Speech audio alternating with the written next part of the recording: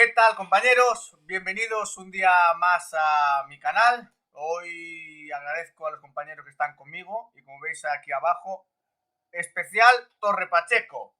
Pues sí, venimos a hablar de lo que está sucediendo. Hoy doy las gracias a los compañeros que me acompañan en un especial, como es Francisco de Tiro Operativo, como es Oscar de Only Warriors y como es Samuel Morales, experto en seguridad o asesor de seguridad. Samuel, ¿qué eres ahora? Aprendiz de todo.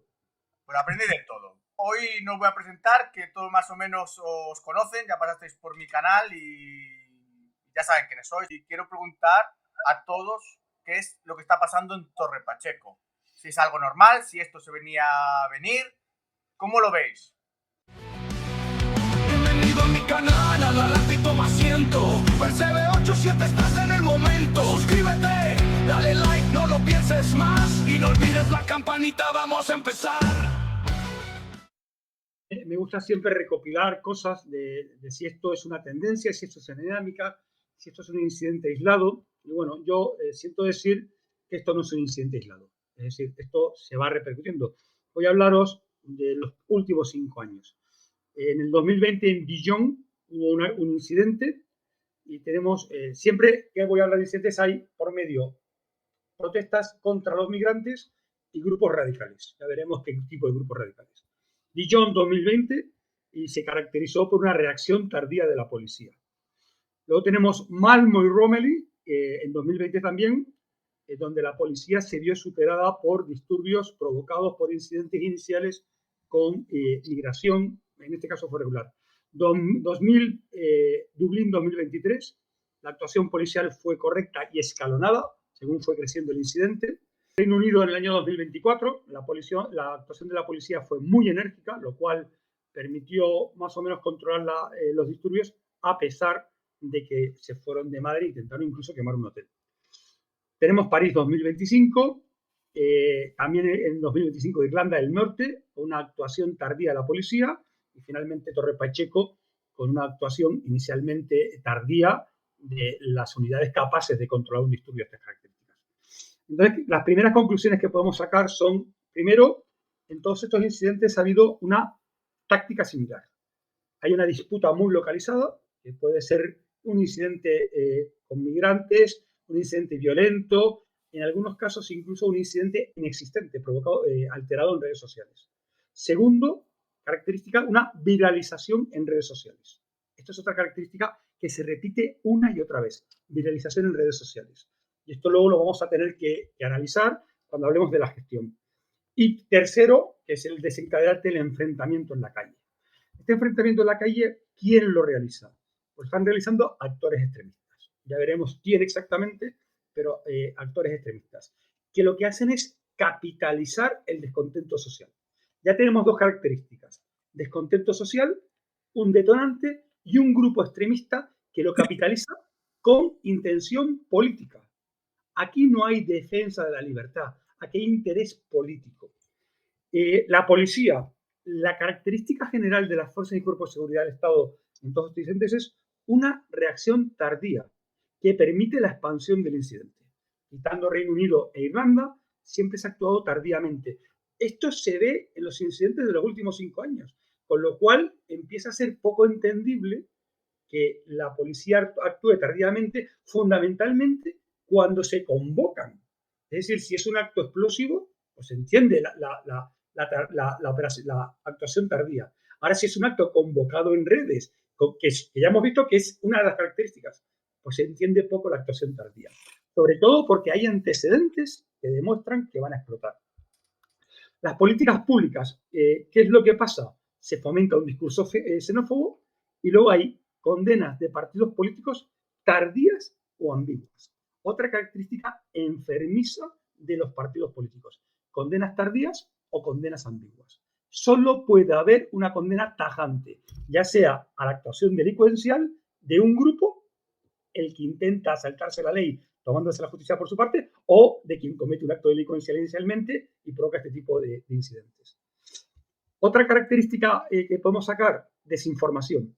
La desinformación corre antes y durante, es decir, durante la actuación policial las redes están funcionando, utilizadas de forma coordinada y sincronizada.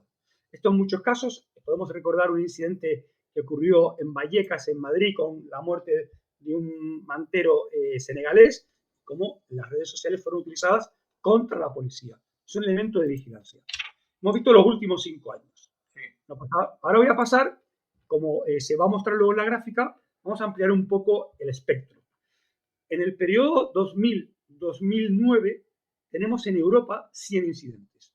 Cuando hablo de estos incidentes estoy refiriéndome siempre a incidentes donde, con un origen de incidente inicial con migrantes, hay una actuación de grupos radicales.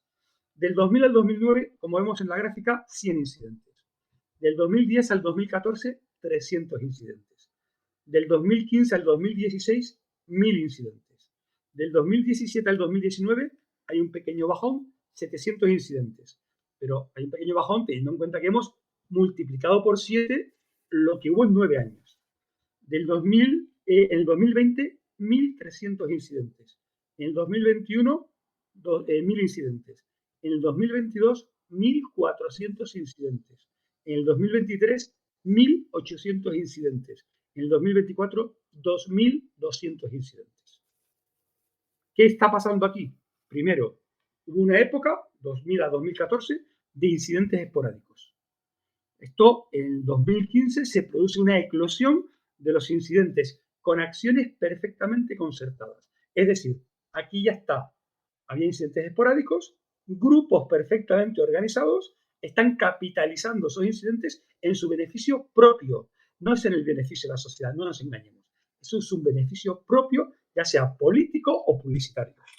2017-2019 hay un leve descenso motivado por la presión policial, pero luego ya tenemos en el 2020 se produce un aumento del extremismo político que, si nos damos cuenta, coincide con la época del COVID, y luego ya en el 21-22 se estabiliza a nivel, y en el 23 y en el 24 está creciendo la polarización. Tendencia que podemos llevarnos al 25. Pues, ¿qué nos da todos estos datos que he dicho con la gráfica que hemos expuesto? Bueno, pues que del año 2015 al 2021 lo que tenemos es una tendencia general ascendente, y del 2021 hasta ahora esa tendencia general se ha multiplicado. Los crímenes de odio son fundamentalmente provocados por grupos de extrema derecha organizados, que no tienen como objetivo la defensa de la sociedad, tienen como objetivo la publicidad y defensa de sus propios intereses. Y esto es súper importante. Ahora, si me permites, y antes de dar la palabra a nuestros compañeros, ¿quién está haciendo esto? Bueno, pues estamos empezando a confundir el qué con el quién. El qué, el que comete el delito. El quién, generalizamos a los magrebíes, los marroquíes. Esto es lo peor que podemos hacer. Entonces, ¿quién ha cometido estos delitos en este caso concreto? Pues es una cosa que en Marruecos se llama los charmiles. Es un término que a lo mejor... Charmiles. ¿Qué es un charmil? Un charmil viene a ser un delincuente común, un kinky, lo que conocíamos en España como los kinkis. Lo hacen también en Marruecos, claro, solo que en Marruecos una agresión con un arma blanca se castiga con 20 años de cárcel. Portarla con 10. Aquí nuestros compañeros nos pueden, yo no soy experto, pero claro, portarla con 10. O sea, entonces, ¿qué ha hecho Marruecos? Voy a hacer una afirmación un poco tensa, pero es así. Marruecos está echando a todo esto hacia España. ¿Pero por qué? Porque hay un efecto llamada. Cuando en Marruecos el charmil, que es un delincuente, es un kinky, cuando el charmil en Marruecos se ve perseguido, sus compañeros en España le dicen, gracias a una ley del menor, porque son casi siempre menores, gracias a una ley del menor que le hace casi puede hacer lo que quiera sin caer a la cárcel, pues se vienen aquí y cometen delitos. Esos charmiles son la normalidad de la población marroquí. No, son pequeños delincuentes que consumen drogas, normalmente drogas además de bajo nivel, y que tienen una identificación nacionalista, ni siquiera religiosa, que es otra de las cosas que venden falacias los grupos de ultraderecha. Aquí no hay islam. Un charmil ha cometido todos los delitos que la ley islámica pues contempla, todos. Son ladrones, drogadictos, todo. Hay que diferenciar entre el qué y el quién. Y esto es lo que en esa capitalización del delito realizan los grupos de extrema derecha. Por un delincuente de una determinada nacionalidad se sataniza a un grupo social entero. Y esto nos lleva a problemas sociales que veremos. ¿Qué aspectos están favoreciendo todo esto? Y con esto termino, y porque da paso perfecto a nuestro compañero Óscar y Francisco. Primero, una política migratoria nefasta. Nefasta. Es decir, si viene un delincuente y se sabe que es un delincuente, se expatria. Hay que fomentar totalmente la migración legal, no la ilegal. Hay que luchar contra el ilegal. No puede haber acogida. Segundo, un código penal donde los niños, los menores, son casi inmunes. Claro, esto es un efecto llamada, porque un menor delincuente en Chinchorrmil, en Marruecos, no es un adolescente español. Ese ya tiene muchos tiros dados. Segundo, una ley de fuerza, o tercero, una ley de fuerza y cuerpos del Estado, como hemos visto en Torre Pacheco, que es del año 82, y que no está preparada para luchar contra el crimen del siglo XXI. O sea, donde los primeros intervinientes, que son los policías locales, cuando uno ve la ley, están muy limitados. Y donde los que tienen que coordinar, que es en un caso la Policía Nacional, en otro caso la Guardia Civil, pues se ve perfectamente desbordada o limitada en su actuación. La cuarta, y aquí ya casi entro a dejar la palabra a Óscar y a Francisco, unos recursos materiales muy limitados en las policías, que son los primeros intervinientes. Pero por último, un marco normativo que ata de manos a la policía en sus actuaciones. Recuerdo la condena por agresión por arma blanca en Marruecos, 20 años. En España, seguramente Francisco, Óscar nos pueden adelantar. Este es el entorno que está siendo capitalizado por grupos de extrema derecha en su beneficio, no en el beneficio de la sociedad. La tenencia de un arma blanca en España es una sanción administrativa de 600 euros. Y si pagas pronto, 300. Y si eres un indocumentado, no pagas. Pues ya está. Primera diferencia que hay. A los 10 años en otro. Yo tengo una intervención, quito un machete. Si esta persona no tiene nada que perder, por la 415 le meto la sanción correspondiente y a la hora puede tener otro machete y le pongo otra acta 4-2015 y puede ir así y nunca le va a pasar nada.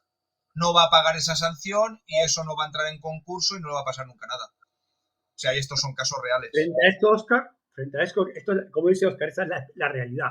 Es la realidad, es la realidad. No es lo que cuentan en algunos medios.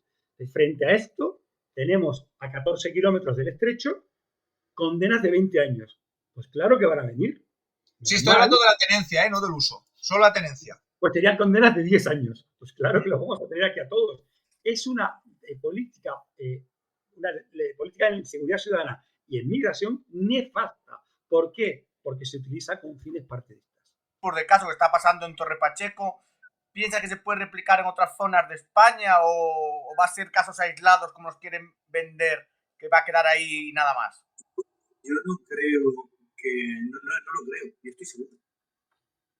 Mira, yo te puedo decir que yo, ¿sabes? Llevo más de 3 décadas en la policía. Yo empecé cuando empezaron las pateras, yo ya era policía. Y yo pude observar como los inmigrantes que venían con miedo de entrar en el país. Y ahora vienen 15, 20, vienen con 3 o 4 móviles, vienen haciéndose fotos, vienen de una manera, una falta de respeto a los agentes. Esto va a más cada vez. Si no lo corta nadie, esto va a ir en aumento. El 17 de los incidentes en Cataluña, yo esto lo iba viendo venir y siempre que lo he dicho me han dicho que eso no va a ser así, que si tal y que si cual. Pero si es que no es que yo sea agorero o que yo sea más listo que nadie, no, es simplemente ir observando los acontecimientos. Como bien ha dicho Óscar, por cortar una navaja o incluso un machete, te vas a la 4-2015, que es la ley de protección de la seguridad ciudadana, y te pueden poner 600 euros o 300 euros o, dependiendo del ayuntamiento, hasta 100 euros. Entonces, ¿qué podemos esperar? Estamos haciendo un efecto llamada, como está diciendo Samuel. ¿Por qué? Porque hay una ley del menor que está no anticuada, ya nació viciada en el 95 y cada vez se ha ido blandeando más de tal forma que ahora es una ley que no sirve para nada. En cuanto yo he observado una cosa, la agresividad que va en aumento en los jóvenes inmigrantes, bueno, en hijos Los de jóvenes inmigrantes. inmigrantes. Sí, en los hijos. No en esos que vinieron aquí ilegalmente, no, sino los que están ahora, que ya son españoles. La mayoría. Bueno, la agresividad ha ido en aumento. Claro, ven que no les pasa nada, estamos mandándole un mensaje a lo que quieras, que no pasa nada. Luego, otra cosa, en cuanto a lo de Torre Pacheco, la respuesta que se tiene que dar por parte de la fuerza de cuerpo de seguridad, y no me refiero a la del Estado, sino en general, tiene que ser enérgica contra el que incumpla la ley. Me da igual que sea español, marroquí o de Andorra, me da igual. El que incumple la ley, es decir, lo que se ha dicho toda la vida, el que la hace, la paga. Pero así de claro. Luego, Samuel decía la información, yo digo la desinformación. Porque aquí todos lo sabemos, hay ciertos medios que son de uno o de otro bando. ¿Qué pasa? Que ellos llevan el asco a sus sardinas. Y ellos utilizan la información que les llega para desinformar a uno o desinformar a otro. El tema de la ley 2/86, que te corrijo, Samuel, perdóname, no es del 82, es del 86, de Fuerza y Cuerpo de Seguridad, no es que esté obsoleta, es que no sirve. Es que no sirve porque Óscar me puede corregir si me equivoco, en todos los municipios, sobre todo los pequeños, que es de donde somos Óscar y yo, somos municipios pequeños, mi población no llega a 40.000 habitantes, la Fuerza y Cuerpo de Seguridad están prácticamente desaparecidas, porque tienen una o dos patrullas. Tú imagínate, en una población como es la mía, que es Águila, que pasamos de 38 a picos de 150.000 habitantes en verano, con 3, en el mejor de los casos, 4 patrullas de policía y 1 o 2 de Guardia Civil si no tienen ninguna historia de violencia de género o tienen que coger una denuncia o algo de eso. No se puede. Claro, la competencia exclusiva de la seguridad ciudadana es de la Fuerza y Cuerpo de Seguridad de Estado y nosotros somos colaboradores de ellos. Pero es que realmente nosotros, por ejemplo, y supongo que Óscar también ahí en su población, nosotros estamos haciendo aquí en Águilas el 95%, por ser benévolo, el 95% del trabajo de Guardia Civil lo estamos haciendo nosotros. Nosotros hemos ido a violencia de género, hemos ido a pateras nosotros solos, porque no hay Guardia Civil, hasta que mandan una patrulla de Guardia Civil. La última patera que yo intervine fue fuera del término municipal de Águilas, con lo cual nosotros no deberíamos de ir, pero claro, había un conflicto que si era de Lorca, que si era de Águilas, total, que fuimos nosotros y había un Guardia Civil de Puerto Lumbreras y otro Guardia Civil de Totana. Uno, no una pareja, uno. Uno en cada zona. No. Estaban los dos juntos, pero uno era de Puerto Lumbreras y otro era de Totana. Claro, ahora hacen patrullas mixtas por falta de efectivos. Claro. Si hay uno en un puesto y uno en el otro, pues los dos cogen y se juntan y hacen una patrulla conjunta. Sí, pero es que para que tú te hagas una idea, desde Puerto Lumbreras a Totana puede haber fácilmente por tus 30 o 40 kilómetros. Nos he hecho el comentario de que si esto era un caso aislado, que si esto ahora se va a replicar en otros sitios. Mira, yo quisiera recordar el año pasado lo que pasó en Gata de Gorgos, aquí en Alicante. Y al final fue algo similar también. O sea, no sé si recordáis que habían unos magrebíes que habían ocupado una zona de adosados, estaban increpando a una mujer y se metió alguien por el medio y hubo una pelea, le metieron con un bate de béisbol en la cabeza y lo mataron. Sí. O sea, y después pues el pueblo salió a la calle y lo mismo. Esto me recuerda a la Dana. Esto al final esto es voluntad política. Entonces, cuando tú eliges qué tipo de país quieres, si quieres un país bonito o un país seguro, pues si lo quieres bonito, pues todos tus presupuestos va para decorar tu país. Y si lo quieres seguro, tienes que tienes que legislar y invertir en seguridad. Lamentablemente, este tipo de situaciones le viene muy bien actualmente al gobierno para poner una cortina de humo sobre todo lo que está pasando, y como todo lo que sea extrema derecha y esto pues le viene también muy bien, pues yo, es una opinión personal, pero igual que creo que en la Dana se dejó pasar porque la repercusión política que podía tener lo que sucediera iba a ser buena, creo que en estas situaciones pasa lo mismo. Y se quiere que haya estos disturbios para decir, cuidado que viene la extrema derecha, y la extrema derecha es muy mala, y miradlo porque son todos nazis, son racistas y son todos malos. Yo, de hecho, yo estuve en Paiporta el día siguiente de la Dana. No, el primer día estuve en el Gemesí, el segundo día estuve, y después toda la gente que salió en televisión el día que lo visitó el presidente y tal, no era gente de ultraderecha que quería acabar con el presidente. Igual que en Torre Pacheco hay mucha gente que no es gente de extrema derecha que quiere terminar con los inmigrantes. Es hartazgo, pero este hartazgo tiene una repercusión y un retorno político bueno para el mensaje de la extrema derecha. Óscar, yo te quería preguntar un poquito sobre el tema de que hablabais antes, el tema de la dotación, ¿no? Vosotros tenéis los medios, porque estuvimos viendo las imágenes estos días, que la policía local, en este caso los dos compañeros, tanto Óscar como Francisco, son policías locales, y en muchos casos, son casi siempre, sois los primeros intervinientes. Estoy viendo que a vosotros os conozco y ya me estáis contando de que tenéis pocos medios en la dotación, inclusive falta de personal, para poder actuar en este tipo de situaciones, ¿no? Claro, la policía local, cada ayuntamiento es un cuerpo.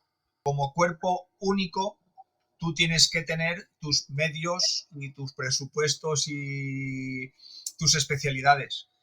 Municipios grandes, ayuntamientos grandes, pues tienen más medios. Los municipios pequeños tenemos lo que tenemos. Ni especialidades ni nada. O sea, al final, aquí somos navajas suizas. En los municipios pequeños tenemos que hacer atestados, tenemos que atender violencia de género, tenemos que atender tráfico, tenemos que atender medio ambiente, ordenanzas municipales. O sea, nosotros lo tenemos que hacer todo. Es una situación complicada, ¿no, Francisco? A vosotros supongo que os pasará una cosa similar. Somos un municipio un poquito más grande que donde está Óscar. Nosotros tenemos nuestros atestados y patrullas de tráfico, pero de todas formas, no es que sean insuficientes, es que son nulos. Los medios son nulos. Y luego, otra cosa muy importante que no se ha dicho, imagínate que nos dotan de escudos de protección para antidisturbios, y la formación que... Claro, no hay formación tampoco. No hay formación. Yo te puedo decir que aquí, por ejemplo, en Murcia, se hizo una ley de coordinación de policías locales que se hizo en el 2019 y entró en vigor en 2020. Se pospuso por el tema de la pandemia, pero bueno. Y hasta hace poco tiempo, esta ley te decía que tenías que hacer, todos los miembros de la policía local tenían que hacer 2 ejercicios de tiro al año. Hasta hace poco no se ha hecho ninguno. Poco, estoy hablando de hace 3 años. En 2022 empecé otra vez yo a dirigir las líneas de tiro. Los medios son muy pocos. Hay ayuntamientos que no quieren invertir en seguridad, no quieren invertir en la policía, no sé por qué. Y encima la formación. Y que me corrija Óscar si me equivoco también, cada vez está entrando gente que la única motivación que tiene es tener un sueldo fijo. Así es. Yo me metí porque quería ser policía. Por lo visto ahora eso está en desuso. Así es. Y en el tema de la formación, bueno, formación y dotación. Al final, lo que quieras ser. Si quieres estar formado y quieres estar preparado para la calle, búscate tú la formación. Si quieres llevar buen material, búscate tú la equipación, búscate tú la dotación. Esto no es solo un policía local, ¿eh? O sea, yo lo veo en otros compañeros, en otros cuerpos. Dentro de policía local incluso tenemos la ventaja de que al ser cuerpos independientes, cada ayuntamiento es un cuerpo, pues son más flexibles a la hora de poder usar una dotación personal, porque en cuerpos estatales suele ser más complicado el tema de llevar algo que no te den de dotación o cambiar algo que suelen ser... Sobre todo en Guardia Civil, Óscar, sobre todo en Guardia Civil, porque en Policía Nacional sí sé que también son bastante flexibles, porque tenemos, igual que tú, varios compañeros en Policía Nacional que sí son más flexibles, pero en Guardia Civil, al ser también un cuerpo militarizado, yo te puedo decir que no pueden ir ni con la ropa de la Guardia Civil a hacer cursos, que se pagan ellos de su bolsillo. Simplemente un sí y un no. Vale, después quiero desarrollar un poquito más esto y es, Francisco, grupos operativos cercanos a ti, grupos operativos de respuesta rápida, ¿cuánto tardan en llegar a tu municipio? Con capacidad para... Con capacidad, no la patrulla del turno. Con capacidad está el GRS, el más cercano está en Valencia. ¿Eso cuánto tiempo es? ¿4 horas? Eso, 3 horas? suponiendo que den la orden inmediatamente cuando pasa el hecho, son 4 horas como mínimo. 4 horas como mínimo de respuesta para un grupo operativo. Óscar, sí, te puntualizo, perdona, una pequeña puntualización. Tenemos a la UIP en Lorca, que está a 30 minutos de Águila. Eso quiero ir a la siguiente parte después en ese tema. Perdona. Óscar, ¿a ti cuánto tarda en llegar la respuesta rápida de...? Vienen del mismo sitio que los de Francisco, de Valencia. Vale. Desde que salen hasta que llegan, sin contar la respuesta al desplazamiento, 45-50 minutos. Samuel, hablaste de que esto en teoría se sabía, estaba en las redes sociales, estaba hablando de que iba a haber manifestantes, de que se podría crear este tipo de altercados. Tema político, tema de mandos de la Guardia Civil, de no tener esto previsto, ¿o qué piensas que pudo haber pasado ahí? Vamos a ver, aquí hay muchas dimensiones que analizar, ¿no? Has preguntado a Francisco y a Óscar los tiempos de reacción. Esos tiempos de reacción solo serían aplicables ante un incidente explosivo. O sea, no tengo nada de información, explosiona y además hay que multiplicar ese tiempo porque la unidad no va a estar en la furgoneta subida lista para desplegar. O sea, cabría comentarlo. Pero no es el incidente del que hablamos. No es un incidente explosivo. De lo que estamos hablando es de una convocatoria por redes sociales que se conocía y que me consta que se estaba siguiendo. Entonces aquí empezamos con los principios de actuación. Información, anticipación, actuación preventiva. Entonces, esas 4 horas que hablaba Francisco, si yo sé que hay una convocatoria de redes, como la sé cuando hay un concierto, pues lo que hago es, tengo a la unidad on call, la tengo marcada o la despliego en las cercanías, dependiendo de la información que obtengo de redes, que obtengo de los equipos de información sobre el terreno o de la Comisaría General de Información, dependiendo de las demarcaciones. Bien, ¿por qué puede no pasar esto? Bueno, pues hay muchas. Cuando tú activas una unidad de reserva, o sea, una unidad de intervención, ya sea UIP o GRS, las competencias cambian. Entonces, algún mando se puede ver tentado a no activar o no a recomendar su activación porque pierde el control. Entonces, prefiero manejar a los míos y no tener el control de una unidad externa. Aún así, esto excede a las unidades policiales. Aquí la responsabilidad de la seguridad es el delegado del gobierno. El delegado del gobierno tendrá sus asesores, toda su decisión. Si el delegado del gobierno en este caso, pide que se refuercen las unidades, ya esto excede al mando policial. Y en este caso, bueno, pues hay dudas de por qué las unidades de intervención, no voy a hablar de cuál, porque además Francisco ha apuntado un dato y la ley lo permite, corregirme los expertos en la ley, que yo me equivoco hasta en el número. Es que, aunque no sea demarcación, se pudo haber desplegado la Policía Nacional. Eso es lo que quería preguntar ahora, que antes soltó Francisco, claro. La ley lo permite. Y yo ahí dejo a los expertos que profundicen en ese tema. Pero punto 2. Hay unas declaraciones de la delegada del gobierno el domingo, que claro, las hacen, como los periodistas hoy en día, la mayoría parecen adocenados.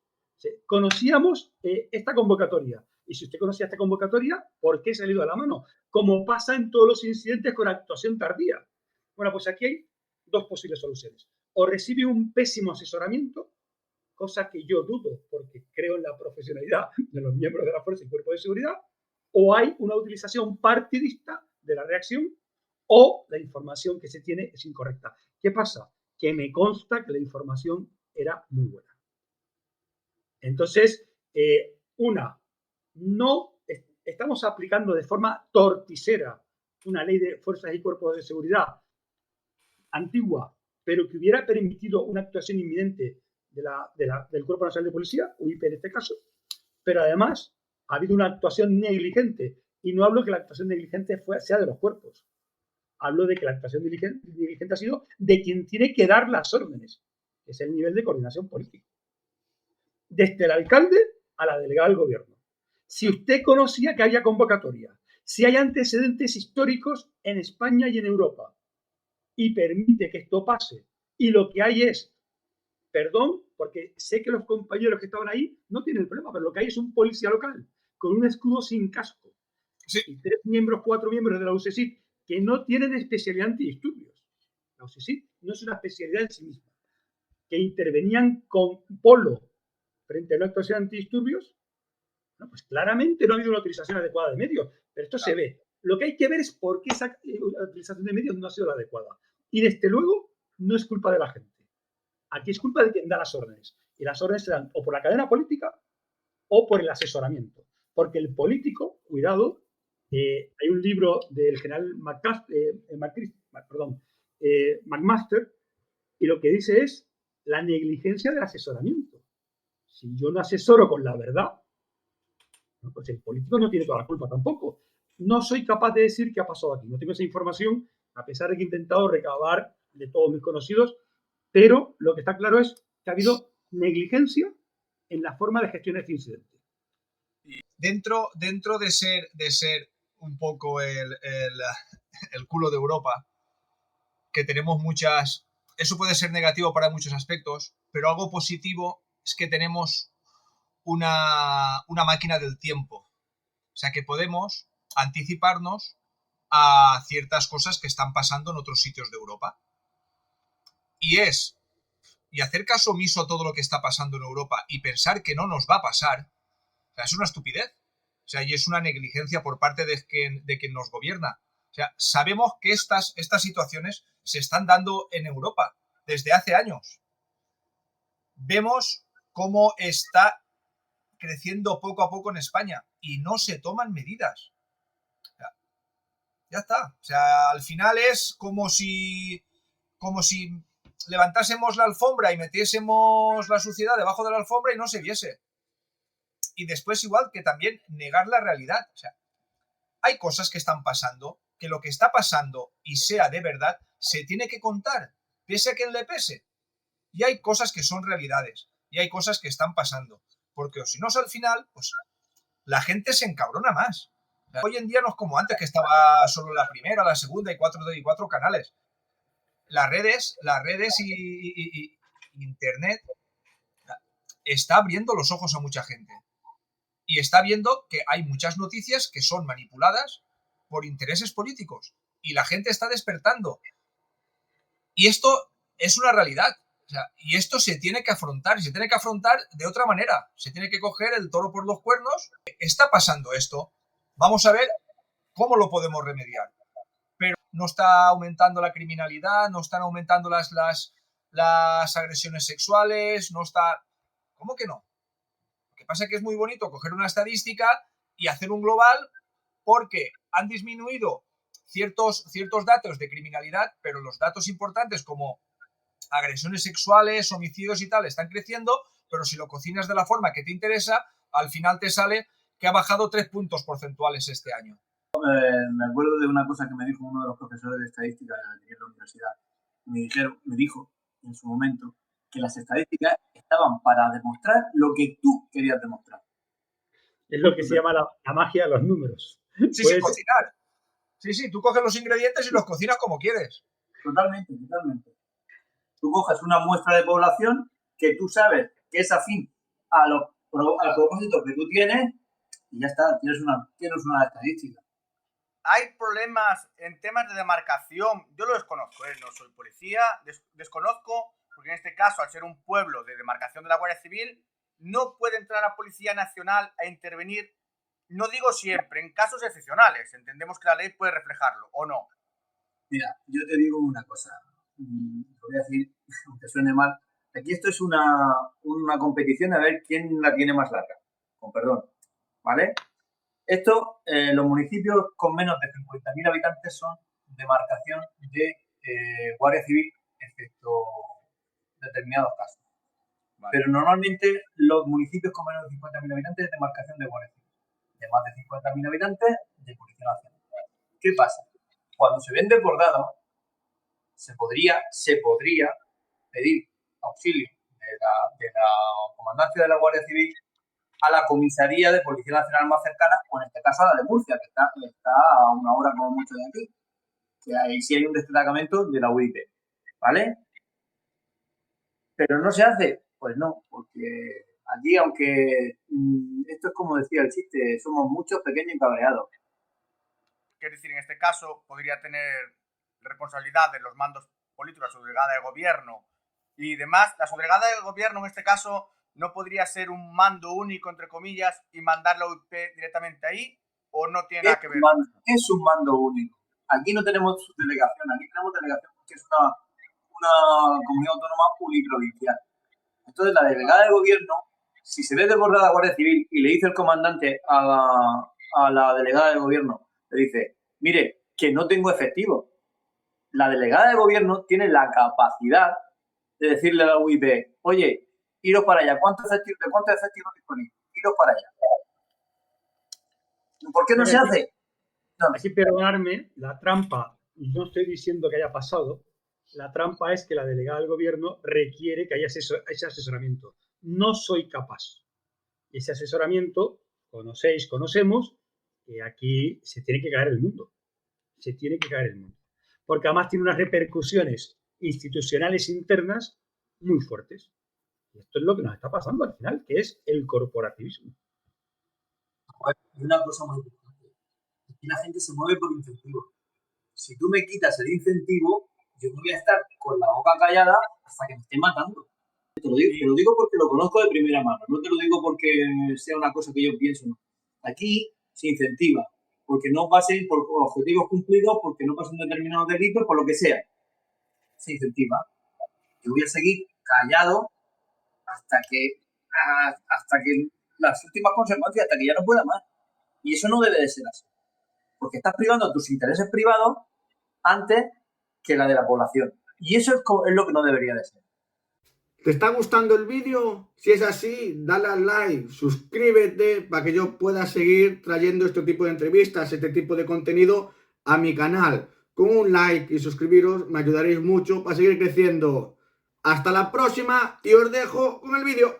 Apuntando el tema de la falta de dotación, ahí Francisco hablaba del tema de la formación, ¿no? que faltaba dentro del cuerpo de seguridad.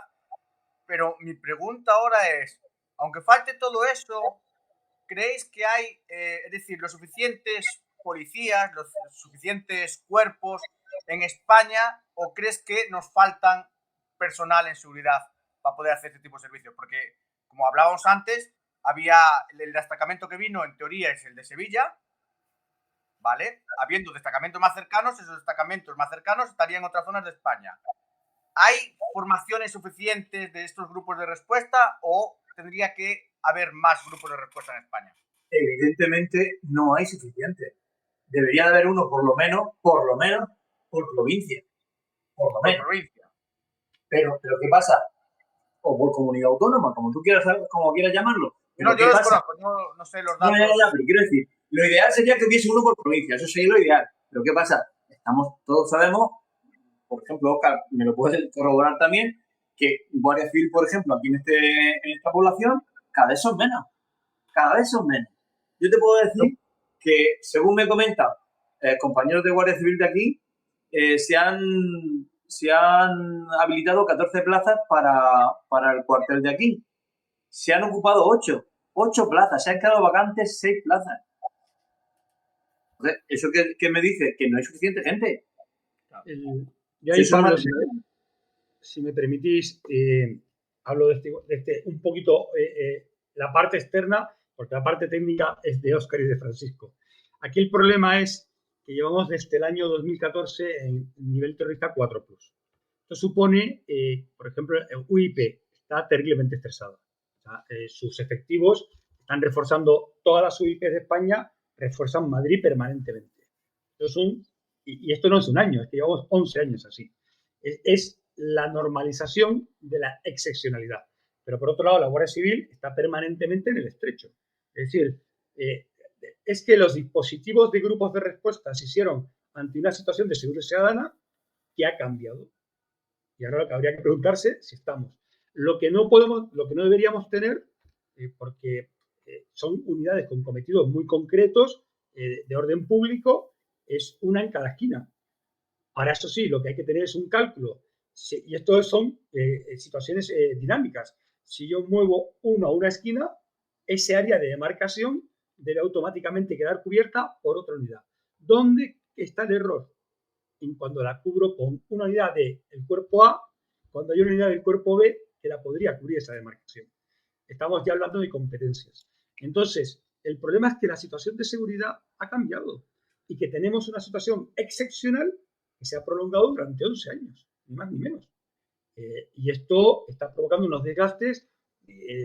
No voy a decir aquí nada, no voy a nombrar ya cuerpos, pero ya no se pagan dietas, ahora se dan días libres, se terminan de dar los días libres porque ya no hay forma humana y acumulas días libres. Y estas son unidades de intervención, ya sean de uno o de otro cuerpo, empiezan a tener una movilidad donde es que a veces ni siquiera están en el sitio. Ni siquiera están en el sitio. Es que tú quieres tirar de esa unidad y resulta que la tienes a 600 kilómetros de distancia, porque la que cubría esa zona está en otro sitio. O la tienes cubriendo un evento extrapeninsular en los territorios insulares, que Canarias sí tiene, pero Baleares no. Claro, es muy difícil reacondicionar. La única forma de reacondicionarse es con el planeamiento previo. Si muevo una unidad, otra unidad tiene que cubrir esa área. Que estoy convencido que se hace, pero claro, julio, mitad de dotación de permiso. Es que las cosas pasan el viernes por la noche, cuando el que tengo en la sala de crisis no es el más avispado. Ahí es cuando pasan. No pasan cuando tengo a todo perfectamente organizado. Y esto es lo que parece que no está funcionando. Y entonces ya entramos en, como decía Francisco, en problemas de demarcación, en problemas de competencias y sobre todo en una falta de mando. Y cuando hablo mando, no hablo de las unidades policiales. Mando, como decía Francisco, corresponde a una sola persona en orden público, que es el nivel político. Óscar, estuvimos hablando del tema de la formación, falta de dotación. Estuvimos hablando ahí de la ley que tenéis del año 86, ¿no? De la ley que tenéis ahí. Es decir, ese marco jurídico, no estamos jugando, esas leyes que tenéis, ¿son adecuadas al tema de los menores? Es decir, pues estamos viendo que hay en este caso una migración menor, ¿sabes? De personas menores. ¿Tenemos una regulación adecuada a eso o cambiarías cosas en ese sentido? No, la ley de fuerzas y cuerpos de seguridad no tiene nada que ver con la ley del menor. O sea, pero al final lo que tenemos que hacer es que están haciendo cosas que se tienen que juzgar ya como adultos. O sea, hay que bajar el listón. No puede ser que se juzgue a chavales de 15, 16, 17 años con causas que son bastante graves como pobrecitos niños. O sea, y no hablo de nacionalidades, o sea, me da igual. Sí, menor, estoy hablando de menores en general. En general, sí. O sea, yo tengo actuaciones y supongo que Francisco habrá tenido igual con chavales de 15 y 16 años que nada dan que envidiar a agresiones de mayores de edad. Óscar, una pregunta, que antes hablábamos de las armas blancas y hablamos de la tendencia de armas blancas, que era una sanción administrativa de 600 euros para un adulto, para un menor, nada, o... Sí, pero la paga el padre. La paga el padre, es decir, el menor nada. El menor en España, Pablo, esto que voy a hacer es una generalidad para coger el concepto, y Óscar y Francisco me van a afinar que un menor en España es casi inimputable. Casi. Vale. Entonces, es que casi hay carta blanca. Porque sí, en el fondo, vale, puede que le condenen, da igual. Es que no hay pena. Claro. Habría que darle a lo mejor una vuelta, ¿no? A la ley de menor o... ¿No? Le han dado la vuelta. Bien. Muchas. vueltas. La vuelta está dada. Está dada en el sentido La vuelta es de 180 grados. Sí, totalmente. En su momento le dieron la vuelta. Para que os hagáis cuenta de cómo está la cosa, un menor de 12 años puede matar a otra persona y lo único que se le puede hacer es darle una palmadita en la espalda.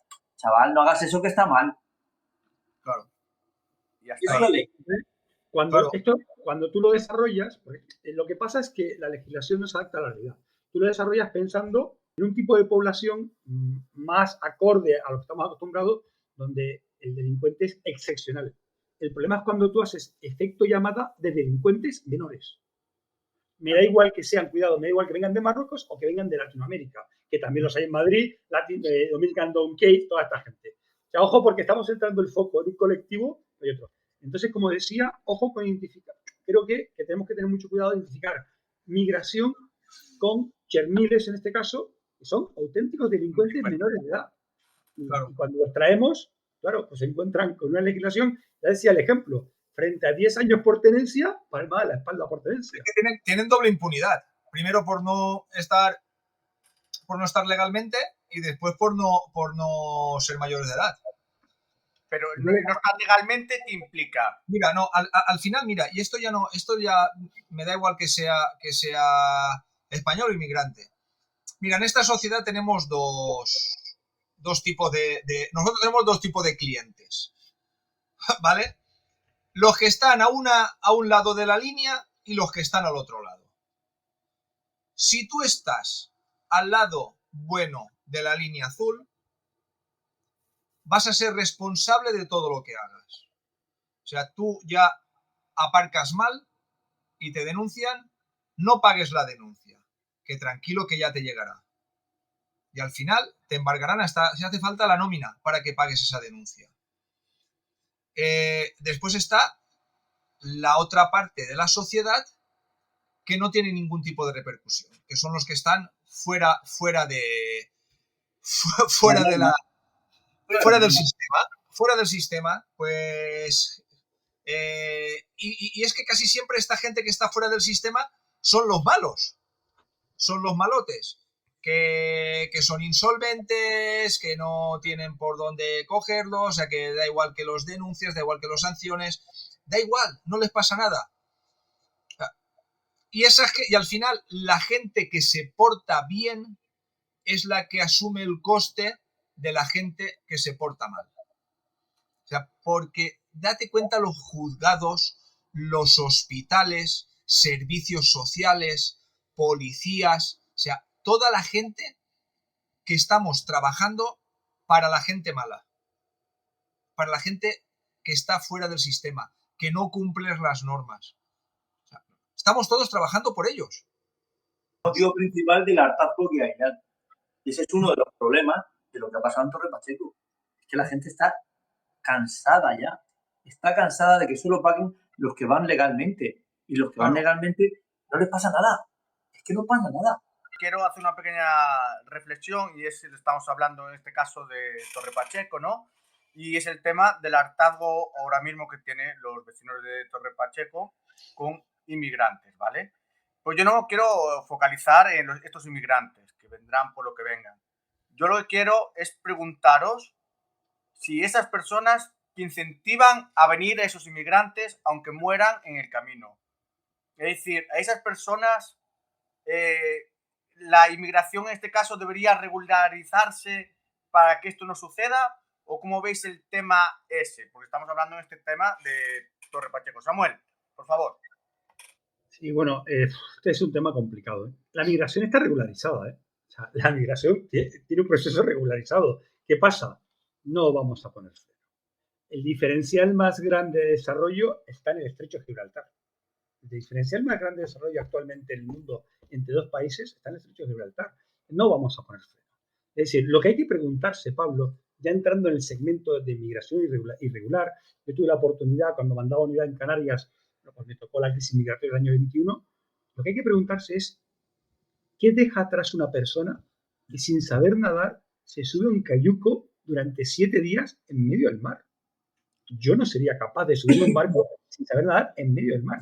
¿Qué dejas detrás? Y en medio, violaciones en el cayuco. Porque esto pasa.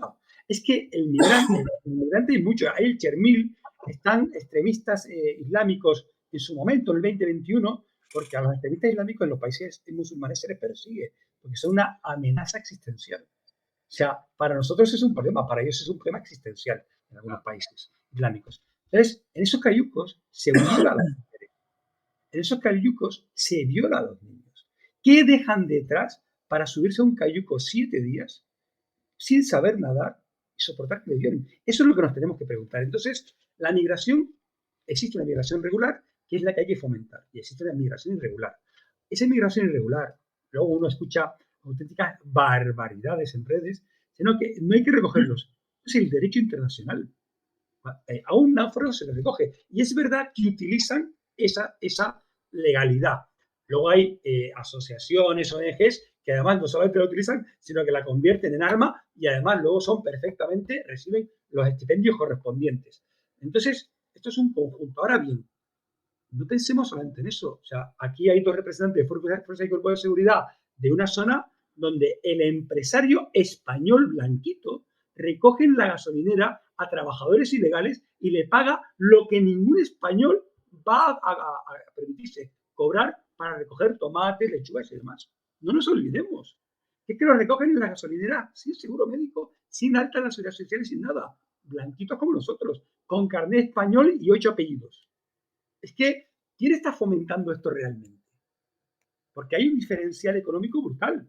Es que hay intereses de empresarios aquí. Voluntad política. Decía antes Óscar, no hay voluntad política. Claro que no. ¿Hemos visto algún partido condenar abiertamente el incidente de los Chermiles contra el señor Mayor? Y la llamada en redes sociales, condenar, no tibiamente, no con ambigüedad, condenar. ¿Hay algún partido del elenco español que lo haya condenado? ¿Qué esperamos? Pero ahora voy a decir otra cosa más. Es que hay un partido que encima ha llamado esto racismo. Que aquí no es racismo. Que es que hay 4 delincuentes de una nacionalidad que ya eran delincuentes antes de venir, pues se les busca, pero es que eso ha sido capitalizado. O sea que tenemos, por un lado, quien no condena, los más preocupantes, que son todos. Otros, quien condena tibiamente o lo hace de forma rara. El otro, quien no solamente no condena, sino que capitaliza. Y luego tenemos el último, que lo utiliza de forma partidaria y se lleva a la gasolina y le da a un incidente de delincuencia, porque que 4 niños, si hubieran sido 4 niños blancos, rubios de Ucrania, no hubiéramos dicho que esto era racismo.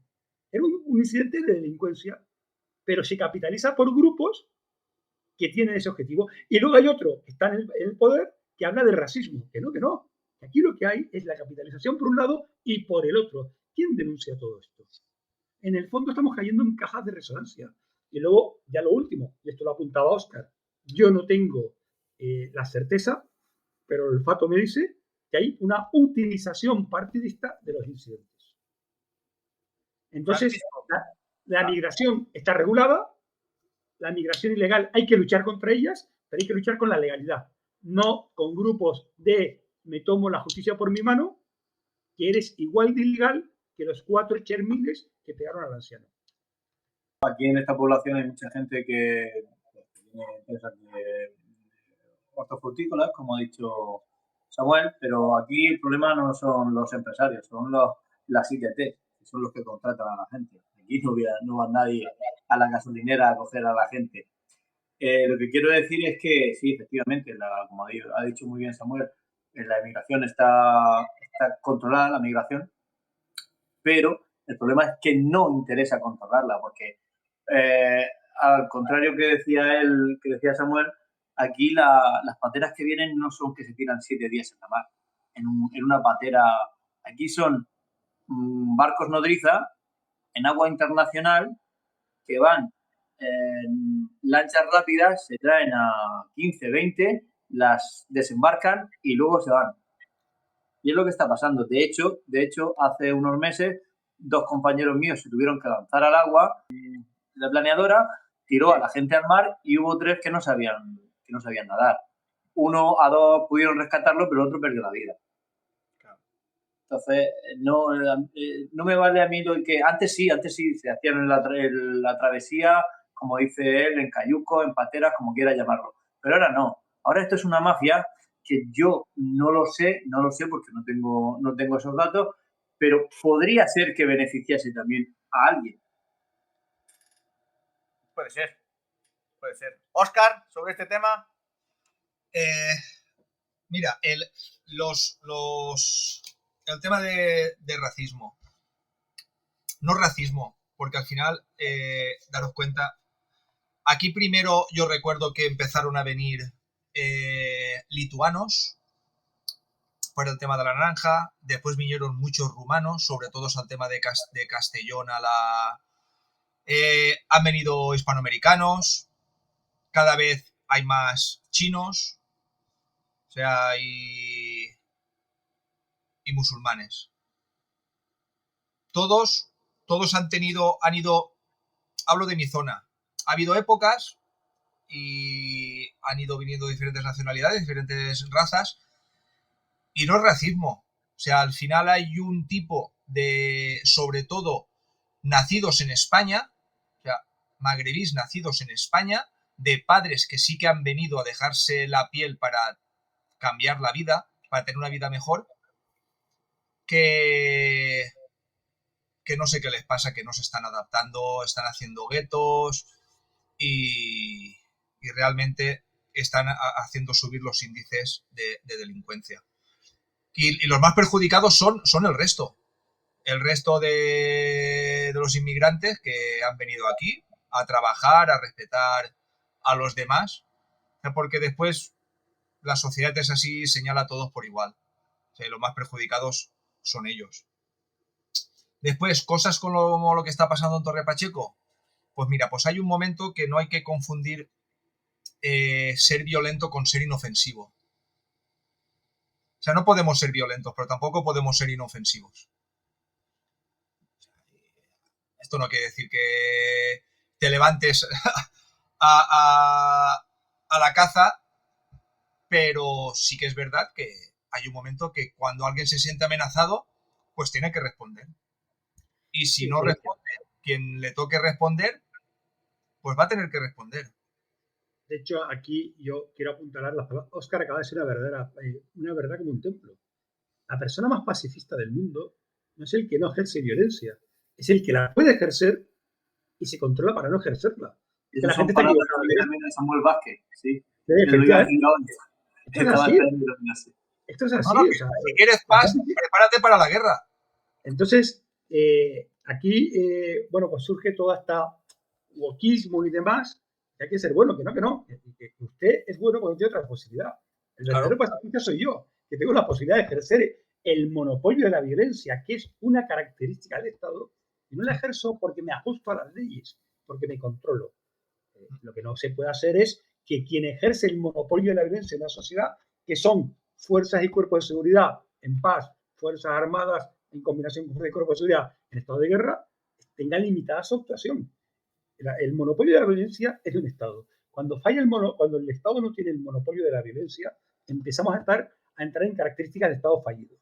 ¿Se puede perder el monopolio de la violencia porque te lo discute alguien, grupos de guerrilleros, movimientos de insurgencia, o porque el Estado limita la actuación del monopolio de la violencia?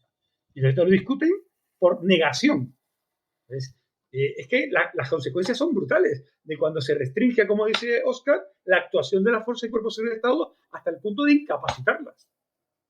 Por un derecho de que todo el mundo tiene derechos, sí, usted tiene derechos siempre y cuando actúe dentro del marco legal. Pero ojo, esto es igual de aplicable a los macarras que se presentan en un pueblo a capitalizar un incidente de delincuencia. Igual de aplicable a un lado que al otro. Porque eso mañana se presentarán porque no eres rubio de un 80. O porque no le gusta dónde vives. Así es. Antes de finalizar, total apoyo a la fuerza del cuerpo de seguridad, es decir, están ahí currando, están haciendo un gran trabajo y la culpa que no es de ellos, lógicamente, porque están haciendo un muy buen trabajo y nada más. Francisco, despídete. Pues nada, quería decir eso que ha dicho muy bien Samuel, que no hay que confundirse inofensivo con ser pacífico y que efectivamente la culpa no la tienen los miembros de la fuerza del cuerpo de seguridad. La culpa es compartida. Y yo solo digo una cosa, que el que la haga la paga, me da igual la nacionalidad que tenga. El que delinca, hay que ser contundente en la respuesta con esas personas. Y nada, pues aquí me tenéis cuando queráis. Gracias, Francisco. Óscar. Te voy a lanzar el guante. ¿A Samuel o a mí? A mí. A ti, hombre, a ti. Bueno, yo lo recojo, yo intento recoger todo lo que puedo, ya lo sabéis. Mira, todo esto que estamos hablando, uno de los más afectados y más olvidados es la seguridad privada. Primera línea de guerra en muchos sitios. Totalmente. O sea, y ahora, bienvenidos a Only for Warriors, Pablo. ¿Qué digo yo sobre la seguridad privada, no? ¿Qué opinas tú en la seguridad privada de lo que está pasando en Torre Pacheco reflejado en vuestro sector? Quiero escucharte. Yo sabéis que defiendo la seguridad privada, es mi profesión, de la que me siento orgulloso y de la que vivimos muchas familias en España. Soy uno de los que intenta darle luz y visibilidad a la profesión. Y es verdad, tú todos los días te encuentras con compañeros que estamos solos, es decir, somos el último escalón dentro de la seguridad, ¿no? Las personas menos visibles dentro de la función de la cadena de seguridad que hacemos todos, ¿no? La policía local es igual, la seguridad privada y la policía local siempre somos los últimos eslabones de la cadena dentro de la seguridad, ¿no? A comparación de vosotros, y sé que algunos de vosotros también trabajáis unipersonalmente, ¿vale? Pero nosotros estamos casi siempre prestando servicios solos, sin dotación y medios adecuados. Vosotros os quejáis de eso. Nosotros creo que nos quejamos más de eso. Ni un triste chaleco, ni un triste guantes, ni nada, no llevamos nada. Estamos solos, vendidos en tierra de nadie, una desprotección jurídica abismal y sobre todo cuando la delincuencia está evolucionando a un ritmo muy diferente a lo que evoluciona la seguridad, ¿vale? En este caso la seguridad privada, y es por temas administrativos. Es decir, simplemente es que a nosotros nos ponen trabas tras trabas y la delincuencia va evolucionando a pasos agigantados. Cuando nosotros llegamos aquí, ellos ya están 2-3 pasos por delante y nosotros seguimos muy por detrás. Entonces yo total apoyo a mis compañeros de seguridad privada. Uno, porque en muchas ocasiones, igual que vosotros, y apoyo a los policías locales, lógicamente, pues sois la primera línea de defensa.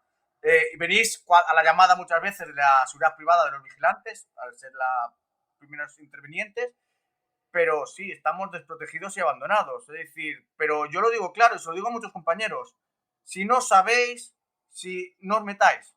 Es decir, no os juguéis vuestra vida, primero vuestra integridad física y no os metáis. De verdad, que en muchas ocasiones no merece la pena, porque si la policía se está quejando de formación, de medios, de dotación, de leyes, nosotros estamos peores que ellos. Así que, por favor, mantenerlo, llamar a la policía, os vendrá a ayudar y no tengáis miedo a llamarlo. Es decir, no tengáis miedo ni vergüenza, que muchas veces simplemente con dar datos, yo lo tengo muy claro y aviso, un centro comercial, voy a poner ejemplo de un centro comercial. Si hay un ataque terrorista en un centro comercial, una persona con un arma larga, un cuchillo, ¿qué es más fácil? ¿Que el vigilante vaya hacia él o es más fácil? Señores, salir por aquí, está la puerta aquí, ¿cómo vamos a salvar más vidas? ¿Yendo hacia la amenaza o intentando salvar las vidas de otra manera? Es simplemente para reflexionar y nada más. Como miembro de la Fuerza del Cuerpo de Seguridad, te dejo mi opinión sobre lo que está pasando en Torre Pacheco, y lo que estamos viviendo es el resultado de un Estado de Derecho fracasado. Es muestra de que las leyes actuales no funcionan. Si cuando alguien comete un delito es detenido y puesto a disposición judicial y tiene una consecuencia, ya bien que entre en prisión o ya sea deportación, dejando así un ejemplo a las demás personas que quieran cometer un delito, entonces la gente estaría conforme, no pasaría nada, sería una noticia más. El problema en el que estamos es que el Estado de Derecho actualmente no es efectivo y una persona que comete un delito es puesto en libertad a las horas o al día siguiente. Y luego el juicio no sale hasta dentro de 4, 5 o 6 años. En ese tiempo esta persona pues, ha podido seguir delinquiendo, ha podido huir a otros países, por lo cual no es efectivo el Estado de Derecho actual. Habría que cambiar las leyes. Piensa que estamos con unas leyes ya muy desfasadas. Habría que actualizar mucho el Código Penal para adaptarnos a la delincuencia actual, tanto de menores como de adultos, con unas leyes más contundentes y con unas medidas más drásticas, y que los juicios no se demorasen tanto en el tiempo. Tú cometes un delito, yo te detengo, te pongo a disposición judicial, eres juzgado y tienes una condena. Todo esto en un plazo relativamente corto. Si todo esto se alarga en el tiempo, deja de ser efectivo. Lo que estamos viendo es que la gente, ante un Estado de Derecho poco efectivo, empieza a tomarse la justicia por su cuenta, y es donde empezamos a ver estos problemas. Espero que te haya servido mi opinión y un fuerte abrazo, compañero. Pues chicos, Óscar, espérate. No, que yo te había hecho la pregunta a ti, pero yo no había hablado. Coño, Óscar, tío, pues habla, da tu punto de vista. Mirad, al hilo de lo que estaba diciendo antes, hay que perder el miedo. Hay que perder el miedo a girar la cara cuando ves que está pasando algo. La gente tiene que perder el miedo cuando va en el metro y ve que un carterista está robando. La gente tiene que perder el miedo cuando va por la calle y ve que están amenazando a una persona. La gente tiene que perder el miedo. Deben de dejar de ser borregos, porque esta gente se escuda en esa oscuridad. O sea, la gente mira a otro lado. Sí, pero Óscar, eso, perdóname, eso es también por la sociedad. No es que sea Claro. todo miedo, es porque, primero, cada uno nos hemos convertido en una sociedad totalmente egoísta. Solo miramos por nosotros. Eso para empezar a hablar. Segundo, porque si tú eres un ciudadano de a pie y intervienes en cualquier historia, luego sabes tú que vas a tener que ir a declarar, que el juez te va a tener que llamar un montón de veces, que vas a perder de tu trabajo, y la gente no quiere eso. ¿Por qué? Porque nos hemos vuelto una sociedad totalmente egoísta. Pues a veces después, sí el miedo, pero otras veces no. si tiene lo otro. Mira, al final antes hemos hablado de estadísticas. Vosotros sabéis que todo va por estadísticas. Si la gente dice, no, es que no vale la pena denunciar, ¿cómo que no? Lo que no se denuncia no pasa. Si eso lo tenemos claro tú y yo, pero la gente de a pie, ¿sabes Pues tú? pero la gente, ¿sabes tú? Que es más los impedimentos que le ponen para hacer las cosas que no, porque yo te puedo decir de un caso que fue 4 o 5 veces al juzgado porque le habían robado a él. Ya. Bueno, vamos a despedirnos, por si no, ya ves que hay tema para otro programa y estamos viendo que hicimos una despedida y nos quedamos ahí a medias. Así que nada, lo hacemos en otro programa, si queréis, de verdad. Cuando queráis. Vale. Un programa entretenido. Muchas gracias a todos, hasta la próxima. Y, señor ministro, si detenemos a estas personas, ¿qué hacemos con ellas? ¿A dónde las mandamos? Muchas gracias a todos y hasta la próxima.